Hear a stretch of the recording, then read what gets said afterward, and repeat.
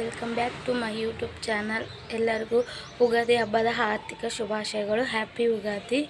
ಯಾರಾದರೂ ನನ್ನ ಚಾನಲ್ನ ಫಸ್ಟ್ ಟೈಮ್ ನೋಡ್ತಾಯಿದ್ರೆ ಪ್ಲೀಸ್ ಸಬ್ಸ್ಕ್ರೈಬ್ ಮಾಡಿಕೊಡಿ. ಇವತ್ತು ನಮ್ಮ ಮನೇಲಿ ಯುಗಾದಿನ ಯಾವ ರೀತಿ ಸೆಲೆಬ್ರೇಟ್ ಮಾಡಿದ್ದೀವಿ ಅಂತ ಈ ವಿಡಿಯೋ ನೋಡ್ಕೊಂಡು. ಇವತ್ತು ಯುಗಾದಿ ಹಬ್ಬ ಆಗಿರೋದ್ರಿಂದ ರಂಗೋಲಿ ಹಾಕೋಣ ಅಂದ್ಕೊಂಡು ರಂಗೋಲಿನ ಹಾಕ್ತಾಯಿದ್ದೆ. ಇವತ್ತು ರಂಗೋಲಿ ಈ ಥರ ಹಾಕಿದ್ದೆ. ಆಮೇಲೆ ಕಲರ್ ಎಲ್ಲ ಹಾಕಿದ ಮೇಲೆ ಈ ಥರ ಕಾಣಿಸ್ತಾ ಇತ್ತು ರಂಗೋಲಿನ.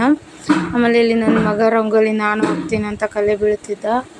ಇಲ್ಲಿ ನೋಡ್ತಿರುವ ರಂಗೋಲಿನ ಯಾವ ಥರ ಮಾಡ್ತಿದ್ದಾನೆ ಅಂತ ನಾನು ರಂಗೋಲಿನ ಹಾಕ್ತಾಯಿದ್ರೆ, ನಾನು ಸ್ನಾನ ಎಲ್ಲ ಮುಗಿಸಿ ಆಮೇಲೆ ದೇವ್ರ ಪೂಜೆ ಎಲ್ಲ ಮಾಡಿ ಇವತ್ತು ಬೇವು ಮಾಡಬೇಕಾಗಿತ್ತಲ್ಲ, ಅದಕ್ಕೆ ಇದು ಬೇವಿಂದು ತಪ್ಪಲೆಲ್ಲ ತೊಗೊಂಡು ಬಂದಿದ್ದೆ. ಅಂದರೆ ಬೇವಿನ ತಪ್ಪಲೆಲ್ಲ ಹಾಕಿಲ್ಲ, ಅದು ಜಸ್ಟ್ ಹೂವು ಇರುತ್ತಲ್ಲ ಅದನ್ನು ಮಾತ್ರ ಹಾಕಿರೋದು ಬೇವು ಒಳಗಡೆ.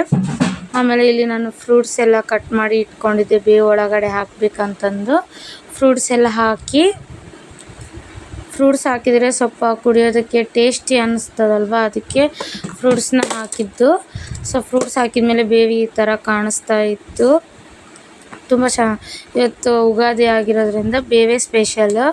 ಆಮೇಲೆ ಮಧ್ಯಾಹ್ನಕ್ಕೆ ರೈಸು, ಬದನೆಕಾಯಿ ಪಲ್ಯ, ಕಡುಬು, ಆಮೇಲೆ ಪೂರಿ, ಸಂಡಿಗೆ ಮತ್ತು ಅನ್ನಕ್ಕೆ ಸಾಂಬಾರು ಮಾಡಿದ್ವಿ. ಸೊ ಇಷ್ಟೊಂದು ಐಟಮ್ಸ್ನ ಮಾಡಿದ್ವಿ ಇವತ್ತು ಮನೆಯಲ್ಲಿ. ನಾನು ಬೇವು ಕುಡಿಯೋಣ ಅಂತ ಅಂದ್ಬಿಟ್ಟು ಗ್ಲಾಸಿಗೆ ಬೇವನ್ನ ಹಾಕ್ಕೊತಾ ಇದ್ದೆ.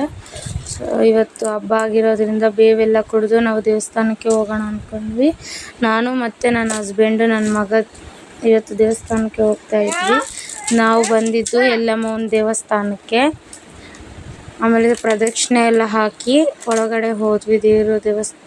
ದರ್ಶನ ಎಲ್ಲ ಮಾಡಿ ಅಲ್ಲೇ ಕ್ಯಾಟ್ ಇತ್ತು. ಆಮೇಲೆ ಸುರೇಶ್ವರ ದೇವಸ್ಥಾನಕ್ಕೆ ಬಂದ್ವಿ. ಅಲ್ಲಿನೂ ಬೇವು ಮಾಡಿದ್ರು, ಬೇವು ಕೊಟ್ಟಿದ್ರು. ನಾವು ನಮ್ಮ ಶಾಪಿಗೆ ಹೋಗೋಣ ಅಂದ್ಕೊಂಡು ಸೊ ಹೋಗ್ತಾ ಇದ್ವಿ. ಇದೇ ನೋಡಿ ನಮ್ಮ ಶಾಪ್.